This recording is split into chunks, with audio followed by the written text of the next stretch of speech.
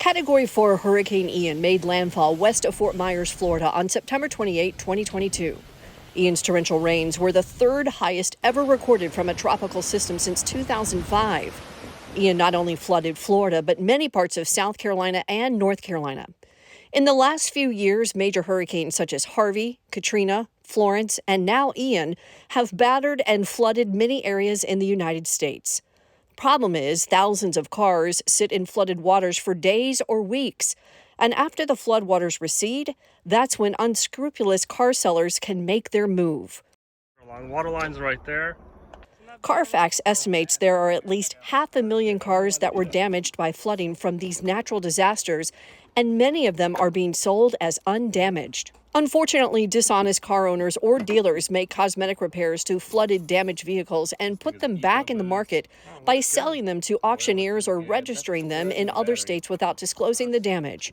When a car is moved out of the state where the damage occurred, the title gets washed and therefore removing all evidence of flood or a reconstructed title. The car with a clean title is then shipped to other states and sold to unsuspecting buyers. The telltale signs of a car being damaged by a hurricane is usually very basic flood damage. You know, if there's widespread staining on the floor that creeps up to a certain level, and if there's any electronics that don't work and they seem somewhat sporadic. So let's say that your driver's side window doesn't work, but also your rear passenger locking mechanism on the door doesn't work. You know, those aren't really connected, but if they're both going bad at the same time, you know, that might be a red flag.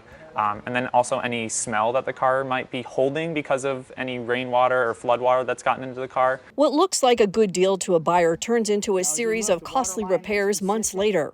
Also, the vehicle poses a serious safety threat to drivers and passengers because flood damage causes non-functioning airbags, engines, brakes, and electrical system damage.